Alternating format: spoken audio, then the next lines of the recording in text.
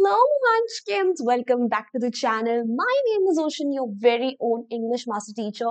And Bacha, today we are here to discuss your 2021-2022 का English का boards का paper. As you guys know, जब भी हम आपको boards की तैयारी करने के लिए बोलते हैं, so the very first thing that we mention to you guys is कि practice के लिए PYQ जरूर कर लेना. And there is a very solid reason behind it. क्यों? Because boards की tendency होती है कि वो अक्सर आपके previous year questions को repeat करते हैं या उसी पैटर्न के क्वेश्चंस देते हैं. सिमिलरली प्री बोर्ड्स में भी कई बार आपको अपने पीवाईक्यूज देखने को मिलते हैं एंड स्पेशली लास्ट 5 इयर्स के जो आपके पीवाईक्यूज होते हैं they are very very important for you guys. So इसी रीजन की वजह से हम लोगों ने 2022-2023 का भी लेटेस्ट पीवाईक्यू सॉल्व करा था. अगर आपने नहीं देखा वीडियो चैनल पे अवेलेबल है, बस ये सर्च करना है 2022-2023 English board paper solution bye ocean ma'am. और अभी हम 2021-2022 का पेपर सॉल्व करने वाले हैं आपके साथ. Let me just put out a disclaimer for you guys that उस टाइम पर पैटर्न अलग था. टर्म 1 टर्म 2 था. There were certain chapters and poems that are not part of your syllabus now. So हम लोग उन क्वेश्चंस को discuss नहीं करने वाले हैं. We are only going to solve the part that is still a part of your syllabus. So बच्चा party, what are you waiting for? जल्दी जल्दी वीडियो को लाइक करो, चैनल को सब्सक्राइब करो एंड प्लीज मेक श्योर करना कि इस वीडियो को एंड तक जरूर देखो, because I am pretty sure you are going to get a great set of questions जो डेफिनेटली आपको प्री बोर्ड्स या फिर अपने बोर्ड्स में भी देखने को मिल सकते हैं. Alright then, without any further ado, let's discuss the let's say out loud a quick dose of motivation. Because भाई अब तो भाई बनता है मोटिवेशन वगैरह सब चाहिए क्योंकि बोर्ड्स आने वाले हैं. तो success is not high you have climb but how you make a positive difference in the world. मतलब बोले तो कि सक्सेस का मतलब ये नहीं है कि आप कितनी ऊंचाई पर बैठे हो.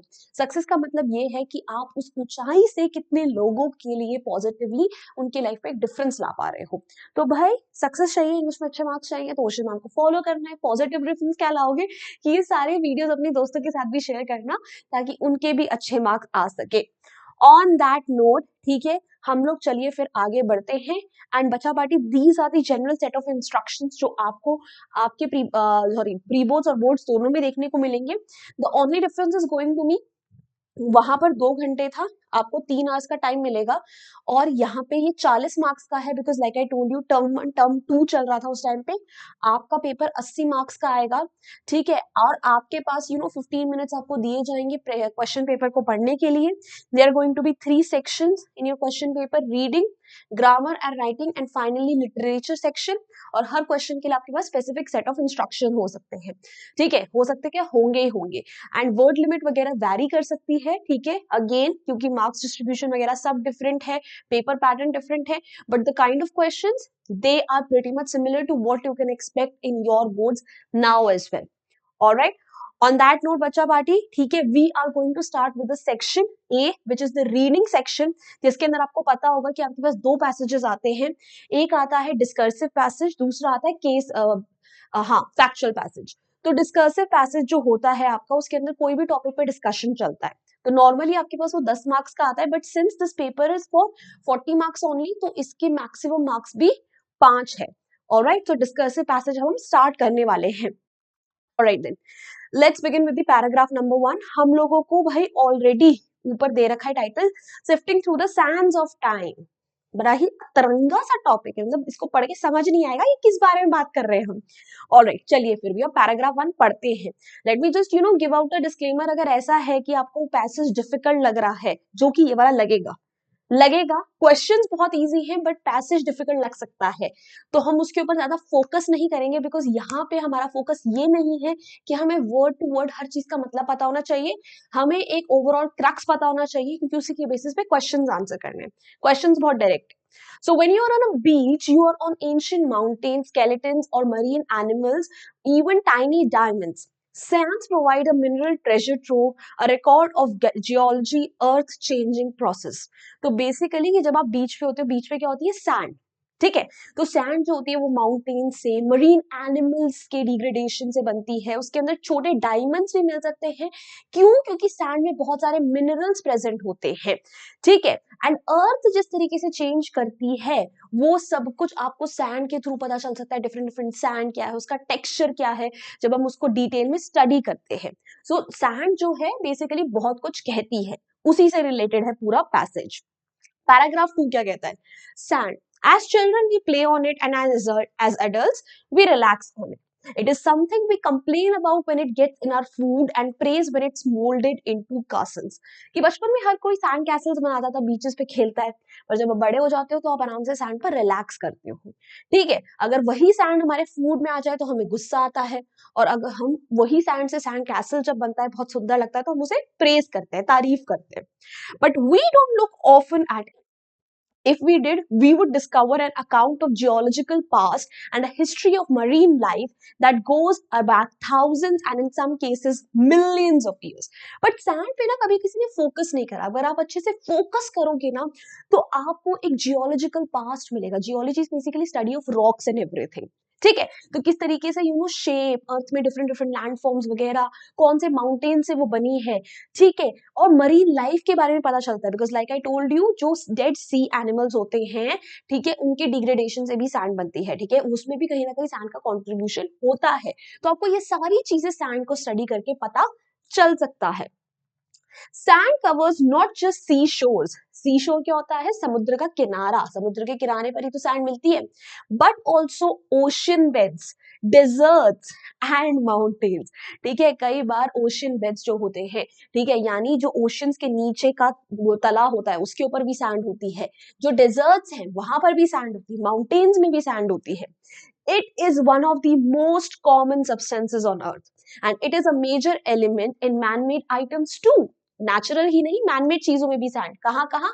Concrete is largely sand while glass is made of little less. Concrete में तो मेजर सैंड होती है और ग्लास में भी कहीं ना कहीं सैंड से ही बना है। Next, what exactly is sand? Sand exactly है क्या? Well, it is larger than fine dust and smaller than shingles. ठीक है। शिंगल्स होते हैं छोटे छोटे आपके पेबल्स, तो पेबल्स जो है उससे तो छोटा है। ठीक है। फाइन डस्ट यानी बहुत ही फाइन, यानी how do we call it, मतलब बहुत ही छोटा से छोटा पार्टिकल, उससे थोड़ा सा बड़ा है। ठीक है।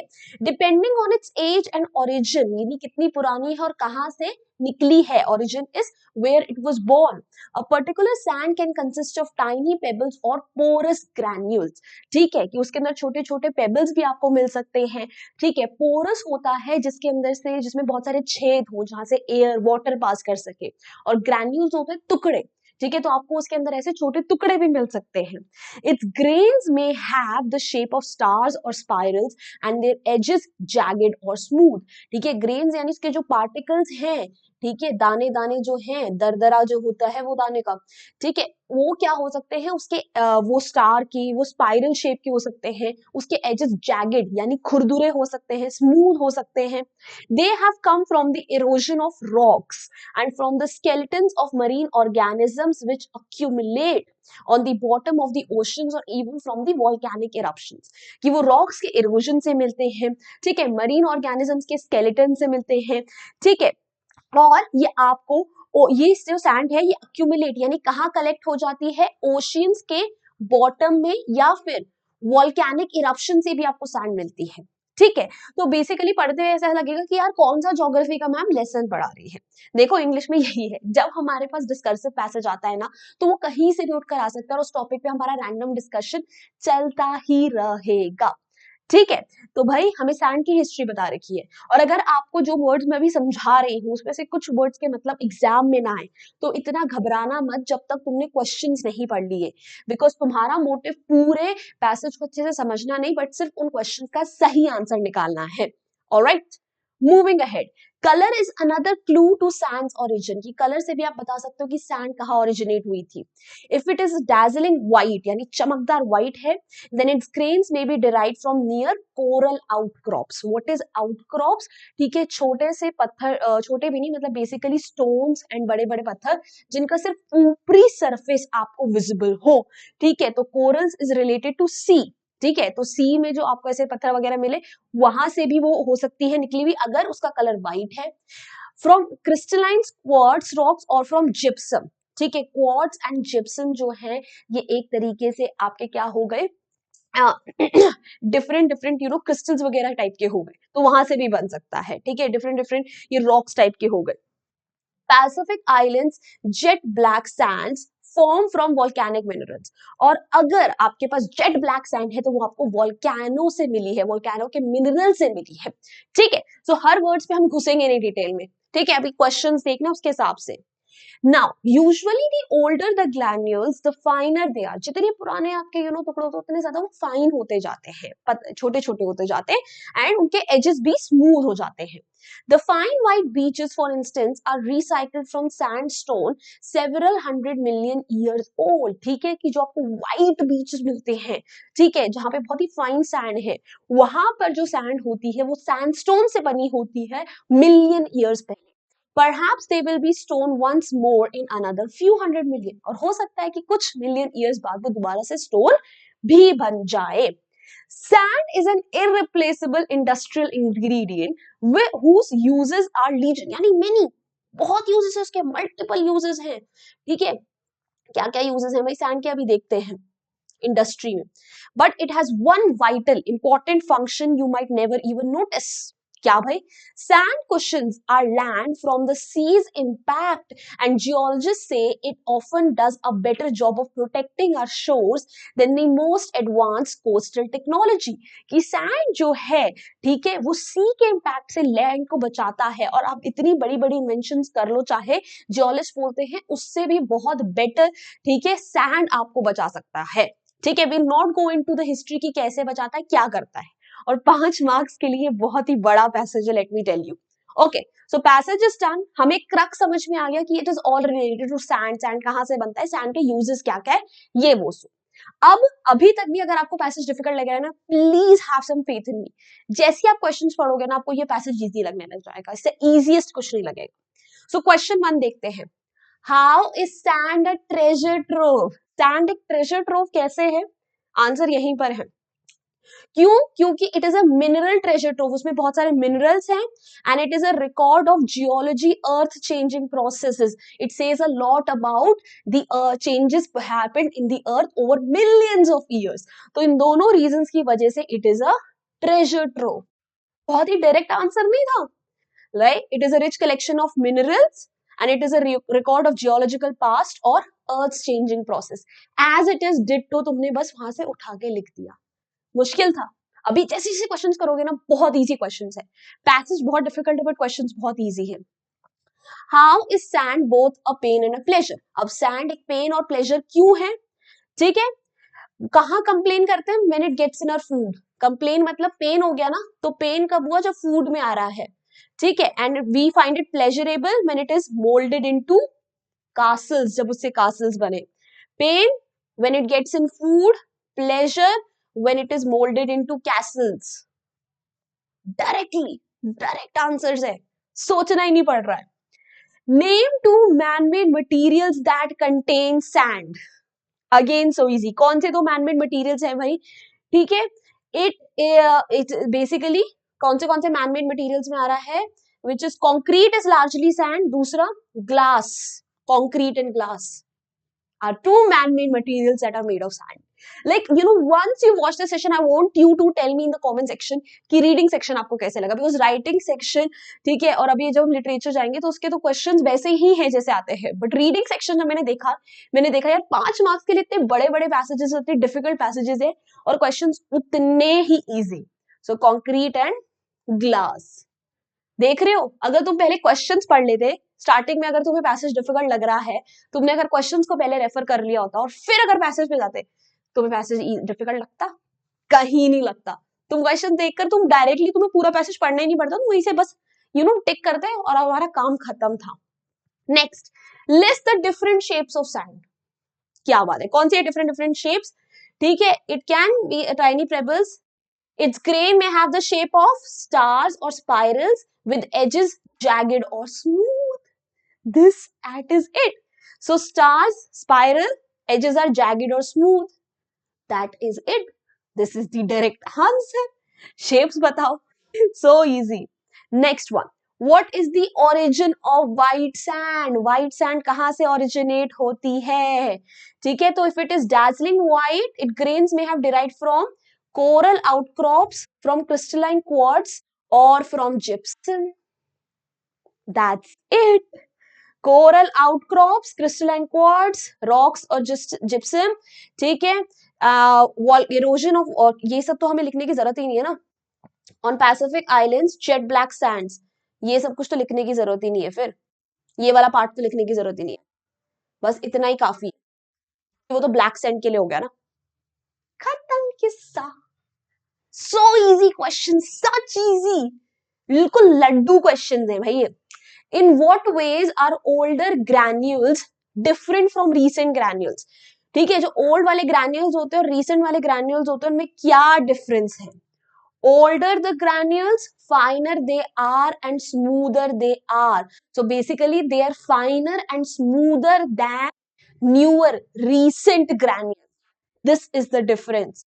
So older granules are finer and smoother around the edges. आराम से. So easy questions. अब ये 5 मार्क्स के लिए हमें 6 क्वेश्चंस दिए गए थे. ठीक है, हो सकता है कि आपको अटेम्प्ट सिर्फ 5 ही करने हो. ठीक है, या इनमें से एक क्वेश्चन हो सकता है, 2 क्वेश्चन हो सकते हैं जो हाफ मार्क्स के. I am not sure of it. ठीक है, बट कोई भी अगर तुम्हें सारे भी करने हो तो इनमें से डिफिकल्ट कौन सा था बाबा? कोई डिफिकल्ट था भी? And that's it. खत्म हो गया पैसेज 1. मतलब टाइम ही नहीं लगा बिल्कुल भी यार. चलिए ना, अब बारी आ रही है हमारे केस बेस्ड पैसेज की, फैक्चुअल पैसेज की. अब फैक्चुअल पैसेज में भी ना गिविंग आउट अ वार्निंग. ठीक है, ये केस बेस्ड जो फैक्चुअल पैसेज है वो डिस्कर्सिव पैसेज से थोड़ा इजी है, बट स्टिल पढ़ने में तुम्हें थोड़ा डिफिकल्ट लग सकता है कि ये क्या है, क्योंकि मुझे भी 10th क्लास के हिसाब से लगा था कि थोड़ा सा टिपिकल दिया गया है. But let me just tell you, it's absolutely fine. Again, when you look at the questions, they are going to be so easy for you that आपको खुद ऐसा लगेगा कि यार कुछ था ही नहीं इसमें. So let's start the passage now. So this is based on extraction and purification of drinking water. Drinking water कैसे purify करते हैं? अभी तक ज्योग्राफी पढ़ रहे थे, अब हम केमिस्ट्री पढ़ने लग गए हैं. So इंग्लिश में हम सारे सब्जेक्ट्स पढ़ते हैं. Okay. So some consumers choose to purchase bottled drinking water rather than relying on city tap water supplies. ठीक है, कि ये यहाँ की बात नहीं, फॉरेन की बात है कि फॉरेन में लोग जो होते हैं, जो टैप वाटर होता है उसके बजाय बॉटल्ड वाटर पीना प्रेफर करते हैं. वहां पे एक्विफायर्स नहीं होता जैसे हमारे घरों में है प्योरीफायर्स वगैरह. Bottled water has typically been extracted from underground resources. और ये bottled water कहाँ से मिलता है? Underground resources से आपको मिलता है. If water exists underground but has no natural exit points, bottling companies may construct a water table by drilling down to the extract water from an unconfined aquifer. Basically क्या बोला जा रहा है कि अब थोड़ा सा डिफिकल्ट लगने लग गया ना, पर कोई नहीं, समझो बहुत इजी है. क्वेश्चंस बहुत इजी है, अगर ये समझोगे भी नहीं तब भी क्वेश्चंस कर लोगे. सो अगर वाटर जो है अंडरग्राउंड एग्जिस्ट कर रहा है, उसके पास एग्जिट पॉइंट नहीं, यानी निकलने का कोई जरिया ही नहीं है, तो कंपनीज क्या करती हैं, वो होल्स ड्रिल करती हैं ताकि उस वाटर को एक एग्जिट पॉइंट मिले. ठीक है, this is done when Earth's natural water level, known as water table, is much lower than the Earth's level surface. तो ये हमें कब करने की जरूरत पड़ती है? जब अर्थ का वाटर लेवल जो है वो अर्थ के सरफेस के बहुत नीचे होता है, यानी जो वाटर है वो सरफेस के नीचे प्रेजेंट है और उसके पास निकलने का कोई जरिया नहीं है. In some cases, as with the valley or gully in a mountain. So basically, this is a gully. नीचे ऐसे. So अगर वैली है, गली है, तो level of the water table may be higher than the earth surface and a natural spring can emerge. तो जब valley वाला सीन होता है तो हो सकता है कि वाटर टेबल जो है यानी वाटर का लेवल है वो अर्थ सरफेस के लेवल से ऊपर हो और वहां पे नेचुरल स्प्रिंग्स वहां पे आ जाए, छोटे छोटे रिवर्स वगैरह. Bottling companies are permitted to extract this water from a hole drilled into the underground spring, but the composition of the water must be identical to that of the naturally surfacing variety nearby. तो bottling companies को इन spring से भी water लेने की इजाजत है.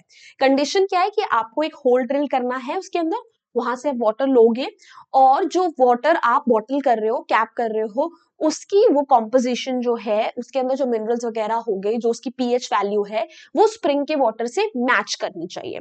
That's it. Now artesian water is drawn from a confined aquifer, a deep underground cavity of porous rocks that holds water and bears pressure from a confining layer above it. तो artisan water कहाँ से मिलता है हमें? Confined aquifer. अब ये दोनों terms बड़े टिपिकल हैं, डिटेल में नहीं समझेंगे, स्टिल बता देती हूँ. तो कन्फाइंड एक्विफर क्या होता है? कन्फाइंड एक्विफर होता है एक अंडरग्राउंड कैविटी. ठीक है, एक अंडरग्राउंड बेसिकली बहुत बड़ा छेद है नीचे, उसके आसपास क्या है? पोरस रॉक्स है, यानी जिसमें से एयर वाटर पास कर सकती है, और उसके अंदर सारा पानी कलेक्टेड है और ऊपर से भी वो बंद है, तो उसके ऊपर प्रेशर लग रहा है. ठीक है, तो उसे हम बोलते हैं artisan water. This water can be accessed if companies drill a vertical channel down into the confined aquifer. अब ये वाटर भी आप ले सकते हो कि अगर आप उसके अंदर एक वर्टिकल ऐसा होता है ना, तो ऐसा एक होल उसमें ड्रिल करो. Now, due to the pressurized nature of this aquifer, water will often rise up from within it and form a flowing artesian well, which appears as an explosive mountain at the earth's surface. अभी हमने discuss करा था, ठीक है, कि इसके अंदर बहुत प्रेशर होता है, ऊपर से जो लेयर है वो उसके ऊपर प्रेशर डाल रही है. तो जैसे ही आप इसके अंदर होल ड्रिल करोगे तो एक नेचुरली ना फाउंटेन टाइप का निकलेगा उसके अंदर से. ठीक है, और उसे हम बोलते हैं flowing artesian well. Alright, moving ahead. However, this only occurs when the surface is lower than the natural water table. पर ये चीज कब होती है? जब अर्थ का सरफेस जो है वाटर टेबल के बिलो है. If the surface is not lower than the natural water table, it is still possible to draw artesian water by using an extraction pump. अगर वाटर टेबल, अगर जो है आपका सरफेस जो है earth surface that is not lower than the water table, तो आपको क्या करना पड़ेगा? आपको एक एक्सट्रैक्शन पंप से उस पानी को निकालना पड़ेगा. हम कॉम्प्लेक्स टर्म्स में नहीं घुसेंगे. हमारा वो गोल ही नहीं है कि मेरा, मैं I am not a chemistry teacher. My goal is to not teach you, what an extraction pump is, what an artesian well is, ठीक है, what these complex terms are meant for. ना ही आपके लिए एग्जाम में useful होने वाला. आपको एक क्रक समझ में आना चाहिए चीजों का कि क्या कहने की कोशिश कर रहा है. When you look at the questions, they are very easy. आप आराम से उनके आंसर्स निकाल सकते हो. Moving ahead, some bottled water is advised as purified, which means it has subjected to a variety of cleansing processes. अब कुछ bottled water के ऊपर प्योरिफाइड वाटर लिखा होता है, मतलब उसके बहुत सारे क्लेंजिंग प्रोसेसेस हुए हैं, उसकी क्लीनिंग हुई है. A common filtering procedure known as reverse osmosis involves the water being pressed through microscopic membrane that prevents larger contaminants from passing through. Contaminants होते हैं pollutants, जो कि contaminate करते हैं चीज को, उस चीज को dirty बनाते हैं. ठीक है, तो एक क्लेंजिंग प्रोसेस होता है रिवर्स ऑस्मोसिस. आरओ होता है ना सबके घर में, RO stands for reverse osmosis only. ठीक है, तो रिवर्स ऑस्मोसिस में क्या होता है? बीच में एक आपकी क्या बोलते हैं उसे, मेम्ब्रेन को पार्शली समथिंग मेम्ब्रेन होती है ना, मतलब वो ऐसी मेम्ब्रेन होती है जिसमें से कुछ पार्टिकल्स पास कर सकते हैं, कुछ नहीं कर सकते. ठीक है, तो वो मेम्ब्रेन से क्या करा जाता है? उसमें से वाटर को निकाला जाता है, उसमें से सिर्फ वाटर के पार्टिकल्स जा सकते हैं, पॉल्यूटेंट्स नहीं निकलते. The microscopic size of these holes is such that they can even obstruct germs, but they are most effective against undesirable materials such as salt, nitrates and limescale. तो वो जो आपकी मेम्ब्रेन बीच में लगाई जाती है, उसके होल्स इतने छोटे होते हैं कि उसमें से जर्म्स भी नहीं जा सकते. बट ये mainly salts, nitrates, lime scale जैसी चीजों को वाटर से हटा देता है. One disadvantage of reverse osmosis is that a lot of unusable water is generated as a byproduct of the procedure and this must be thrown away. RO में होता है ना, जब पानी प्योरिफाइड हो रहा होता है तो एक पाइप लगा होता है जिससे डर्टी वाटर निकलता जाता है, तो बहुत सारा पानी उसकी वजह से खराब भी हो जाता है और उसे फेंकना पड़ता है. Now, for treating pathogens, what are pathogens? Pathogens are germs. मुझे लग रहा है मैं बायो केमिस्ट्री ज्योग्राफी आज सब पढ़ा दूंगी तुम्हें. So for treating germs, an impressive newer option is UV light. ये एक नई टेक्नोलॉजी है germs मारने की, ultraviolet light. Powerful UV light has natural antibacterial qualities, so this process simply requires water to be subjected to a sufficient strength of UV light as it passes through a treatment chamber. ठीक है, तो full UV light जो होती है वो क्या करती है? सारे बैक्टीरियाज मार देती है. ठीक है, तो उसके अंदर आपको कुछ नहीं करना होता है, वाटर को, ठीक है, एक ऐसी लाइट से पास कराना होता है जिसके अंदर यूवी रेज हो प्रॉपर, बैक्टीरिया को मार दे, एक ट्रीटमेंट चेम्बर में। The light neutralizes many harmful germs by removing their DNA, thereby impeding, thereby यानी stopping their ability to replicate। तो क्या करती है ये यूवी लाइट ना, उनके डीएनए हटा देती है, डीएनए हटा देते हैं तो वो रिप्रोड्यूस नहीं कर पाते, रेप्लिकेट यानी रिपीट नहीं हो पाते, तो जर्म्स वहीं खत्म हो जाते हैं। A particularly impressive quality of UV light is its ability to neutralize highly resistant viral agents such as hepatitis। एक बहुत बड़ा फायदा यूवी लाइट का ये है कि हेपेटाइटिस जैसी जो बड़ी बीमारियां, उसके जो वायरस है वो उनको भी न्यूट्रलाइज कर देता है, उनको भी खत्म कर देता है। The overall effects of UV light treatment are variable, however, which leaves many municipal water treatment processes relying on chlorination। अब यूवी लाइट के जो ट्रीटमेंट है वो बहुत ज्यादा वेराइटी डिफरेंट डिफरेंट होते हैं, ठीक है, बट म्यूनिसिपैलिटी जो होती है, ठीक है, जहां हमारे सबके घर में एक वाटर सप्लाई आता है वो म्यूनिसिपैलिटी से आता है, तो वो वाटर को ट्रीट करने के लिए क्लोरिनेशन का इस्तेमाल करते हैं। Its powerful and comprehensive antimicrobial effect notwithstanding, chlorination is also extremely inexpensive and remains the only antimicrobial treatment capable of ensuring water remains contaminant free all the way through the pipes and the taps of domestic homes। ठीक है, तो बहुत ही powerful तरीका होता है chlorination, जो कि बहुत सारे जर्म्स को मार देता है, और एक लौता ऐसा तरीका है जो मेक श्योर करता है कि जब पानी पाइप्स के थ्रू भी पास होके हम सबके घर तक पहुंचता है, तब भी उसके अंदर कोई भी कंटामिनेंट्स या फिर जर्म्स ना रहे। Many members of the public remain suspicious of the water that has been treated with such a harsh chemical। तो बहुत सारे लोग होते हैं ना, everyone doubts कि जो टैप वाटर है, क्लोरीन वाटर है, ये this might not be safe for us to drink। Its ease of use and affordability has meant that chlorine often plays an important role in making tainted water supplies safe for consumption immediately after natural disasters have occurred। ठीक है, तो ये बहुत ही easy है use करने के लिए, बहुत ही अफोर्डेबल है। ठीक है, तो उसका मतलब क्या होगा कि क्लोरीन जो है बहुत बड़ा इंपॉर्टेंट रोल प्ले करता है। ठीक है, कि आप जो होते हैं टेंटेड यानी जो गंदा पानी हो चुका है उसको भी आप यूज कर सकते हो कंजम्पशन के लिए, अगर आपने क्लोरीन पास कर दिया है, कोई नेचुरल डिजास्टर हुआ है, लेट्स से अभी जो फ्लड्स वगैरह हुए थे तो उस टाइम पे पानी बहुत गंदा हो गया होगा, तो आप उसे अगर क्लोरीन से ट्रीट कर सकते हो, कर देते हो, तो आप उसे आराम से तब भी यूज कर सकते हो, and it's very cheap. Alright, so this is what has been told to us in the entire passage. Now we have to answer the given questions based on the passage above। ठीक है, तो हो सकता है बहुत सारे बच्चे ऐसे हो कि मैम कितना डिफिकल्ट पैसेज था, कितने सारे डिफिकल्ट वर्ड्स थे, but let me just remind you again, it's the questions are gonna be so easy that you are gonna yourself realise कि अरे था ही क्या आखिर इस पैसेज में। ठीक है, so let's start with the question number 1। Under what conditions does a natural spring emerge. Natural spring emerge यानी निकलने के लिए कौन सी कंडीशंस की जरूरत होती है? Okay, in some cases, as with a valley or gully on a mountain, the level of the water table may be higher than the earth's surface and a natural spring can emerge। मिल गई condition, level of water table should be higher than the earth's surface। when water table may be higher than the earth's surface, natural spring can emerge। okay, moving on, what is a confined aquifer? ठीक है, क्या होता है भाई? So, artesian water is drawn from a confined aquifer। क्या है confined aquifer? A deep underground cavity of porous rock that holds water and bears pressure from a confining layer above। एक बात बताओ, इसकी डेफिनेशन और इसका आंसर करने के लिए क्या आपको इन शब्दों का मतलब पता होना जरूरी है या नहीं? बिल्कुल नहीं है ना।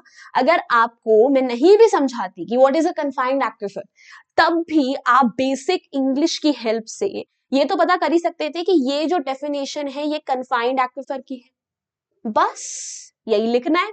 सो it is a deep underground activity of porous rock that holds water and it bears pressure from confining layer about it.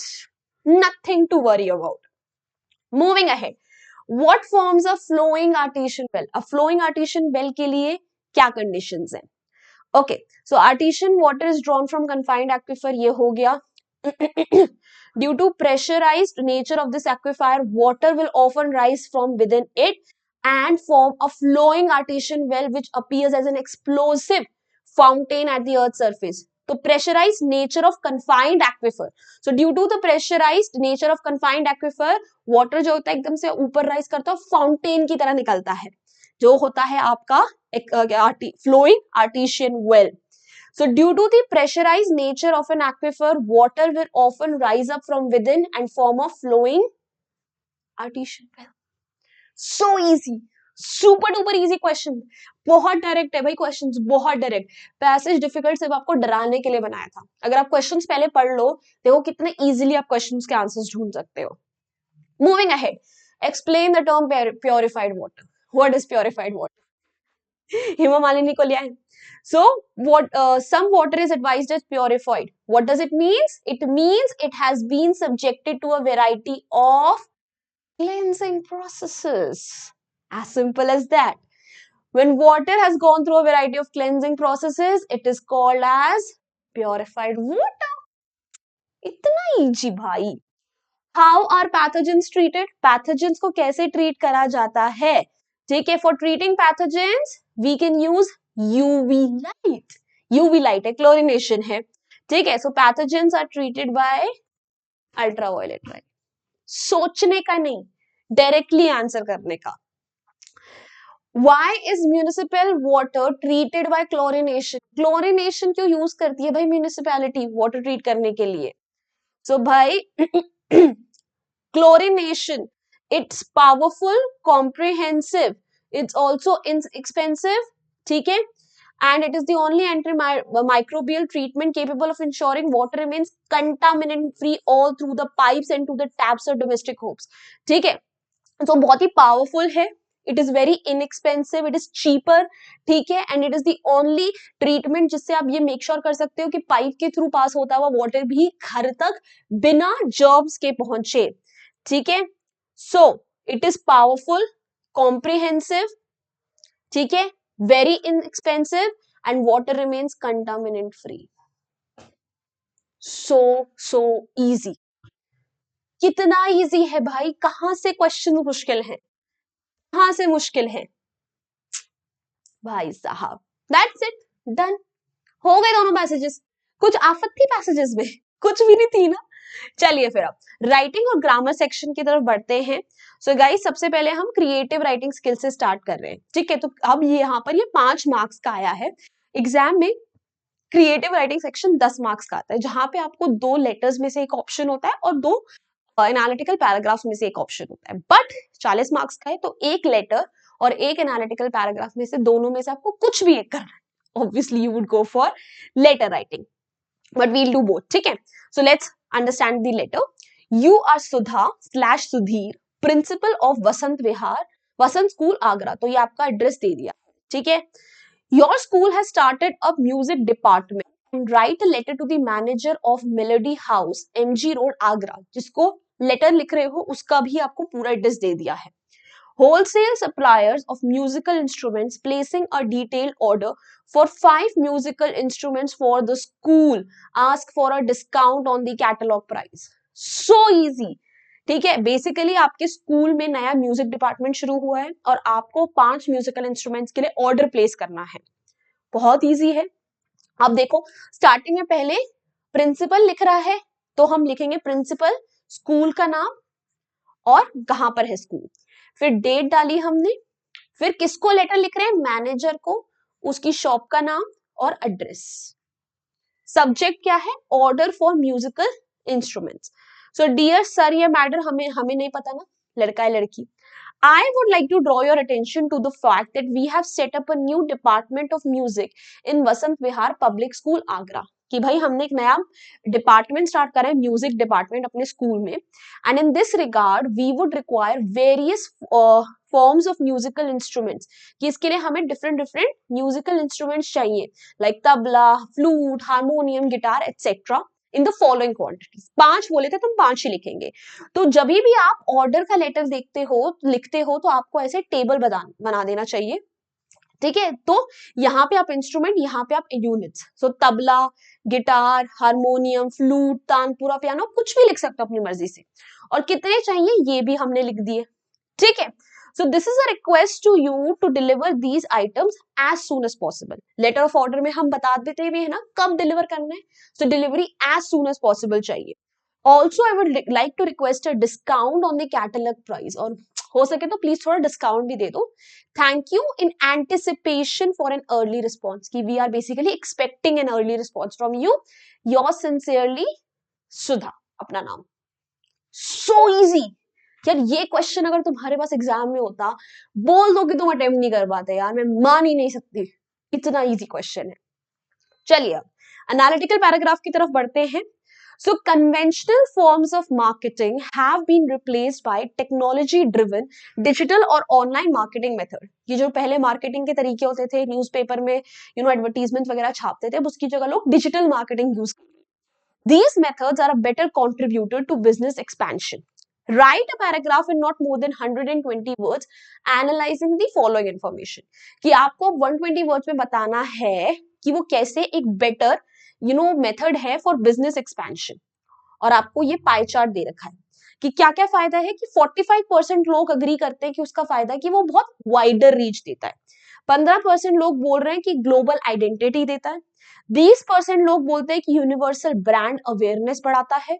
10% लोग बोल रहे हैं डायरेक्ट टू कंज्यूमर, डायरेक्टली आप कंज्यूमर तक पहुंच रहे हो. और 10% लोग बोल रहे हैं कॉस्ट इफेक्टिव है, बाकी मेथड से चीपर है. तो ये सारी की सारी चीजें अब हम डालेंगे. तो जब भी एनालिटिकल पैराग्राफ लिखते हैं सबसे पहले हम उसको बिगनिंग की लाइन देंगे.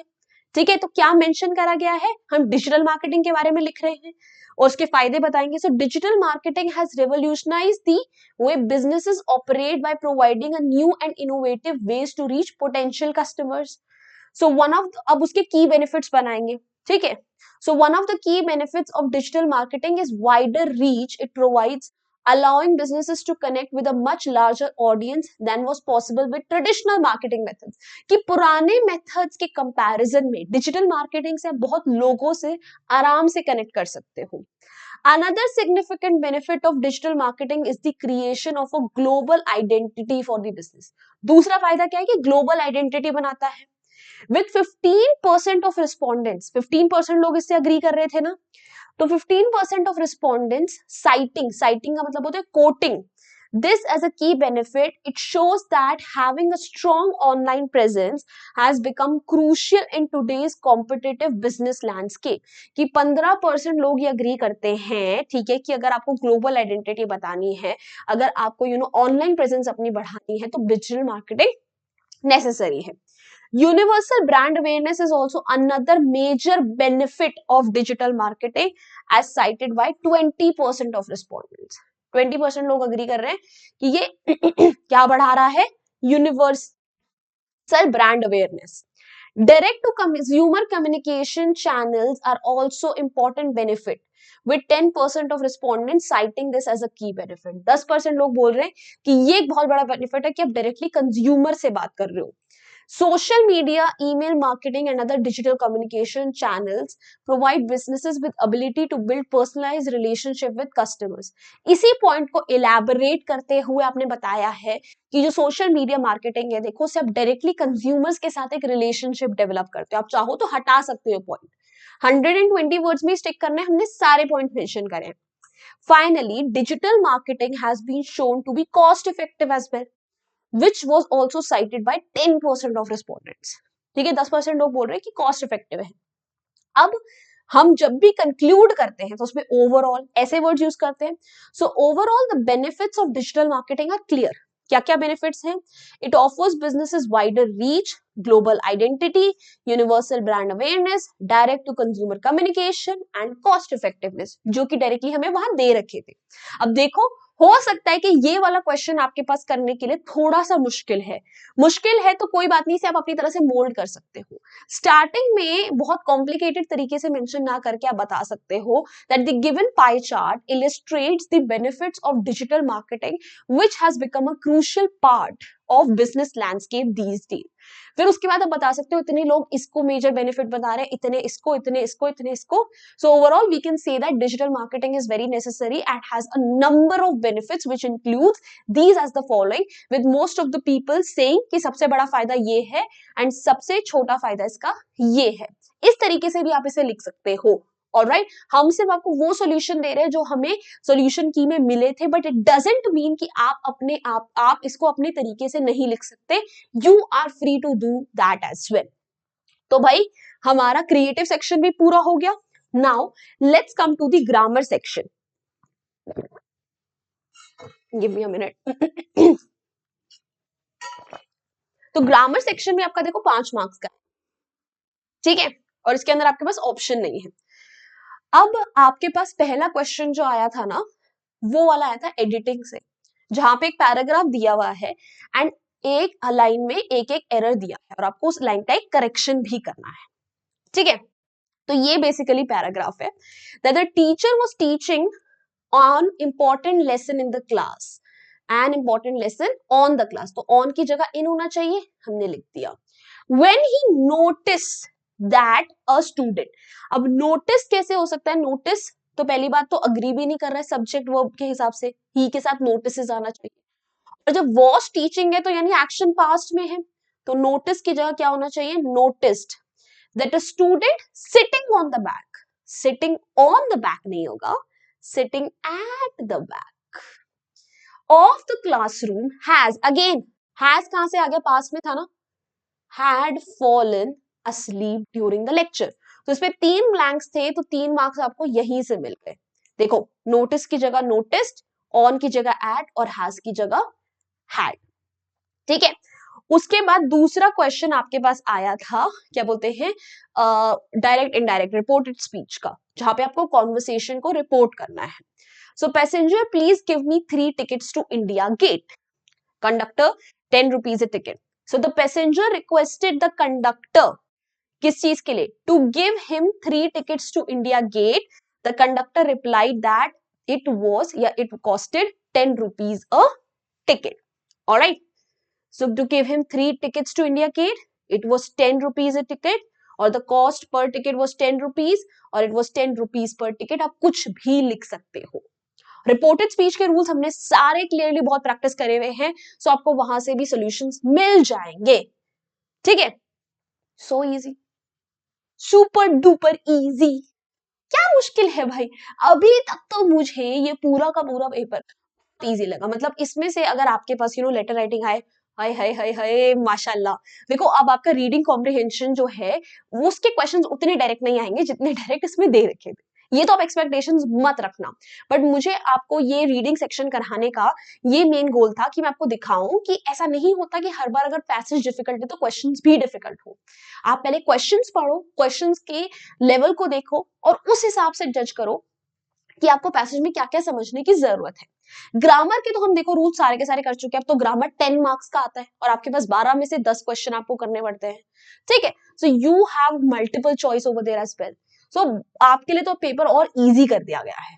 तो भाई अब हमारा देखो सारा का सारा reading section, grammar section, creative writing section हो चुका है. सो अब बारी आ गई लिटरेचर सेक्शन, जहां पे सबसे पहले 2 मार्कर्स वाले क्वेश्चन आए हैं एंड दे आर 6 क्वेश्चन. 6 2 12. ठीक है, let's start the questions. Sermon at Banaras, इतना फेमस है ना ये चैप्टर, इतना फेमस, और इसका कंपैरिजन बॉल पोम के साथ बहुत फेमस है. अब तो देखो क्वेश्चंस 3 मार्क्स के आते हैं, बट स्टिल ये क्वेश्चन आ सकता है. How according to Buddha can one obtain peace of mind. भाई अगर किसी को पीस ऑफ माइंड ऑब्टेन करना है तो क्या करना पड़ेगा? सबसे पहले तो अपने अंदर एक एक्सेप्टेंस लाओ कि दुनिया में देखो दुख दर्द भरे पड़े हैं. everyone that is present here they have to go. और आपको एक मूव ऑन करना सीखना पड़ेगा. ये चीजों से ओवरकम कैसे करते हैं? अगर आपने ये दोनों चीजें अपने अंदर ले आए तो फिर आपको कोई दुख दर्द परेशान नहीं कर सकता as per Buddha.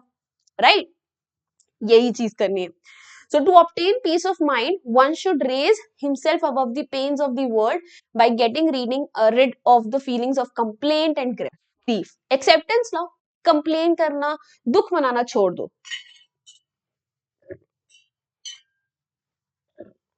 If one decides to clear away all the pain and suffering from the body and understands that death is inevitable, he will feel tranquility यानी peace. अगर आपने ये मान लिया ना कि डेथ तो अवॉइड हो ही नहीं सकती, तब शांति शांति है.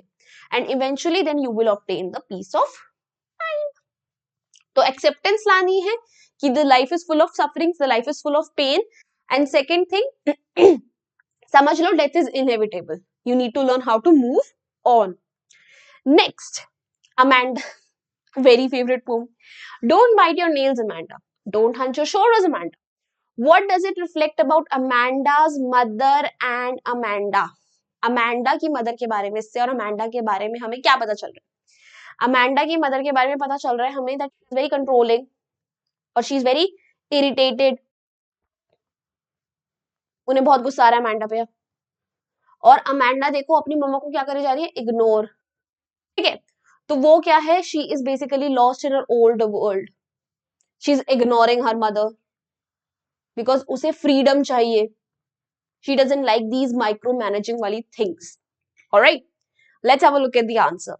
So here Amanda's mother is irritated, annoyed, frustrated, exasperated, कुछ भी बोल सकते हो, irritated है. And Amanda does not respond or react, so she escapes into the world of imagination. Amanda respond नहीं कर रही है, so she is ignoring her mother and वो अपनी imagination की दुनिया में खोई हुई है. She is daydreaming. उसे जो करना है वो कर रही है.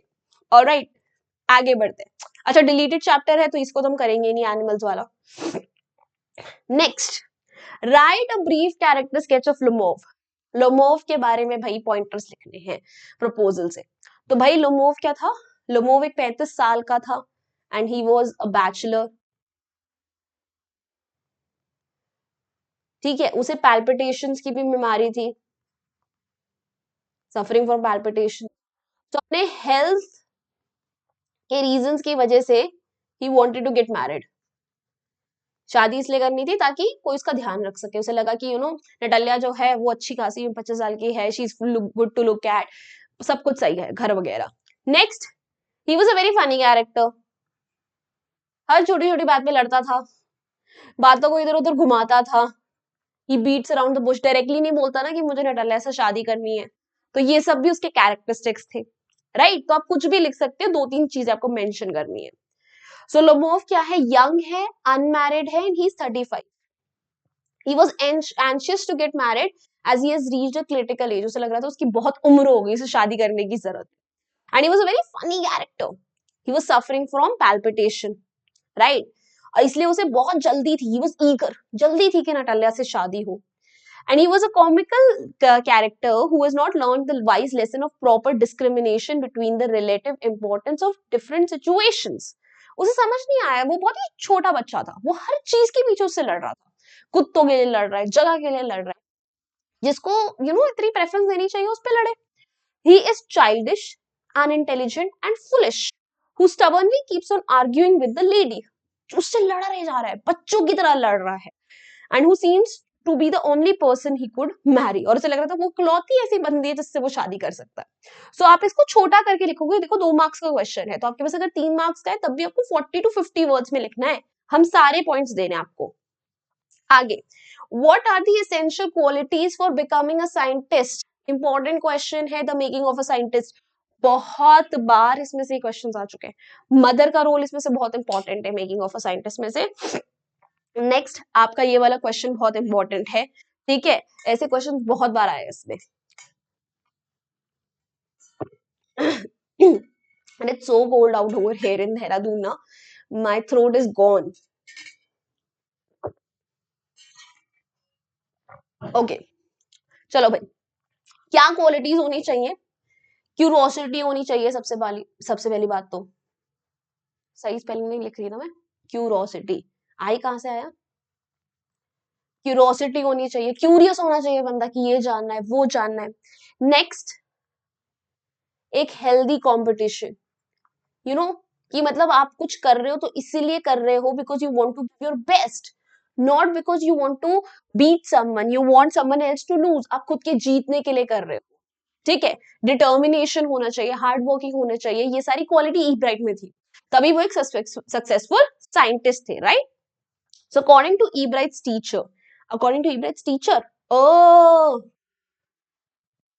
टीचर के हिसाब से सोशल वाले, the essential qualities are to have a first rate mind, intelligent and a lot of curiosity. सही लिख रही थी मैं स्पेलिंग? मुझे क्यों डाउट हो रहा है यार? He should have a keen interest in subject and strong will to learn. Like I told you, hard working होना चाहिए, determination. Along with that, a person should have zeal to excel for the sake of doing the best job. Zeal का मतलब होता है energy, enthusiasm. वो इसलिए होना चाहिए आपके अंदर कि आपको अपनी जॉब में सबसे बढ़िया करना है, इसलिए नहीं कि दूसरों को हराना है. सो इंटरेस्ट, अच्छा माइंड, क्यूरोसिटी, स्ट्रॉन्ग विल, ये सब चीजें आपको आगे ले जाएंगी. ऑलराइट. ये हैक ड्राइवर से ये भी डिलीटेड है, छोड़ो. What attracts visitors to Coorg? Very very important. Glimpses of India तो इस बार भी इतना क्वेश्चंस पूछे गए हैं. एडिशनल पेपर में 2 क्वेश्चन थे आपके, उसके अलावा सैंपल पेपर में क्वेश्चन है, बहुत बार पूछा जाता है. सो कूर्ग का देखो, वेदर, कूर्ग क्या है, you know, natural beauty, flora, fauna, ठीक है. वहां पे टूरिस्ट इतने स्पॉट्स है, वहां पे कॉफी प्लांटेशन है, कॉलोनियल बंगलोज है. So there is so much for tourist to explore. That is why it attracts him to Coorg, right? Alright.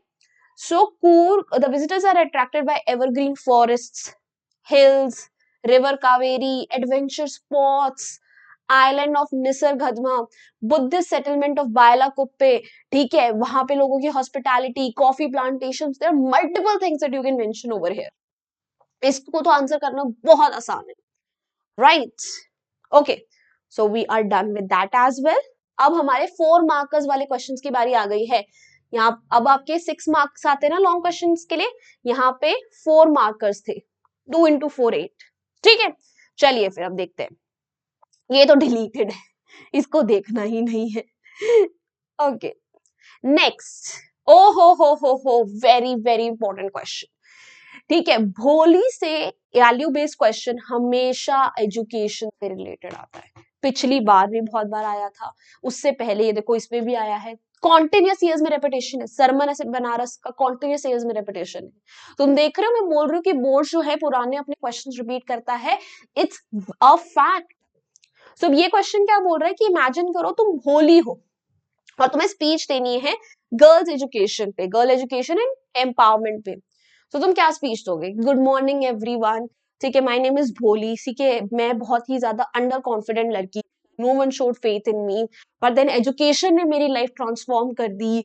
I took a stand for myself, I am an independent woman today, I take care of my parents. ठीक है. So education का environment से एक direct, empowerment से एक direct relationship है. अगर आप एजुकेटेड हो तो आप सेल्फ रिलायंट हो, आप किसी पे डिपेंडेंट नहीं हो. सो आप इससे खुद का ध्यान रख सकते हो, अपने आसपास के लोगों का ध्यान रख सकते हो, राइट? सो ये क्वेश्चन ना अलग अलग तरीकों से बहुत बार पूछा गया है और लिखना सेम होता है. So good morning everyone, I am Bholi and it's my pleasure to speak about the very important topic, girls education. Girl education. Look at me. I've always been an innocent girl in my village, but now I have become an independent woman because I went to school and started teaching. ठीक है, started teaching नहीं, started learning. ठीक है, कि मैं एक हमेशा से बहुत ही इनोसेंट लड़की थी, पर फिर मैंने स्कूल जाना शुरू करा. पहले मैं ऐसी थी, अब मैं ऐसी हो गई. The teacher there helped me to study and helped me to get education. Education is the answer to all social ills. Illiteracy and ignorance bring nothing but poverty, suffering and misery. कि वहां पे मेरी teacher ने मुझे पढ़ाया, मुझ पे confidence दिया, और एजुकेशन से आप सारे सोशल इवल्स, ठीक है. अगर आप इलिटरेसी यानी अनपढ़ रहते हो, ठीक है, तो आसपास पावर्टी आती है, गरीबी आती है, प्रॉब्लम्स आती है. In the beginning I was afraid to as others make fun of me. पहले मुझे डर लगता था, मेरा मजाक उड़ाते थे. स्कूल चेंजेस नहीं, चेंज्ड. कितनी गड़बड़ है, वहां पे टू नहीं आएगा. Changed my life completely. It opens new world for me. I refuse to marry a man who demands dowry. Now I am very confident in being educated changed my life. Therefore, every girl should go school and get educated. कि जब से मैंने education दी, इसने मेरी पूरी जिंदगी बदल दी. मेरी लाइफ में एक नई होप थी. मैंने उस इंसान से शादी नहीं करी जिसने डाउरी, दहेज मांगा, और आज मैं कॉन्फिडेंट हूँ, इंडिपेंडेंट हूँ. इसलिए हर लड़की को एजुकेटेड होना चाहिए. Thank you all for giving me an opportunity to speak a few words about girls' education. That's it. खत्म किस्सा. So easy. So easy. ठीक है, अब लास्ट क्वेश्चन है हमारा, मैडम राइड्स द बस से। Valli was a mature girl and ahead of her age. Justify the statement with evidence from the text. कहीं ना कहीं ये वल्ली का कैरेक्टर स्केच है, और वल्ली का कैरेक्टर स्केच भी काफी इंपॉर्टेंट है, ये आपसे बहुत बार है, तो इसको भी अच्छे से करना है। तो वल्ली जो थी, चाहे 8 साल की थी, बट बहुत मच्योर थी। कैसे मच्योर थी? देखो उसने कितनी अकल लगाई। उसमें पहली बात तो कितना कॉन्फिडेंस था कि वो अकेले चली गई। फिर उसने पैसे बचाए, फिर उसने हर जगह से पता करा कि क्या कॉस्ट लगती है, क्या है। और जब वो बस में बैठी, जब वो पहुंची, तब वो बस से उतरी नहीं। ये नहीं करा कि मैं बाहर जाके घूम लूं। उसने बोला नहीं, मैं वापस इसी बस से जाऊंगी। किसी और से भी पैसे नहीं लिए। जब कंडक्टर ने बोला मैं कोल्ड ड्रिंक ले आता हूं, उसने तब भी मना कर दिया। That was such smart move from her and, being that she was just 8 year old girl. उसके पास कितने सारे टेम्पटेशंस थे। So all of this shows कि वो बहुत ही मच्योर लड़की थी, उसमें बहुत ज्यादा कॉन्फिडेंस था। वरना 8 साल के बच्चा कहाँ ये कर सकता है, एक्सेप्ट फॉर शिनचैन, राइट? देखते हैं। So Valli was an 8 year old girl. Her favorite pastime was standing at the doorsteps of her house and watch things in. बड़ा मजा आता था बाहर मोहल्ले के आंटी बनकर लोगों को देखने में। She not only satisfied her curiosity but also gained new experiences. उसने बस राइड की अपनी क्यूरोसिटी खत्म नहीं करी, बहुत एक्सपीरियंसेस भी लिए। She was mature, clever and practical beyond her age. Her strongest desire was to take a bus ride and she meticulously यानी डिटेल्ड में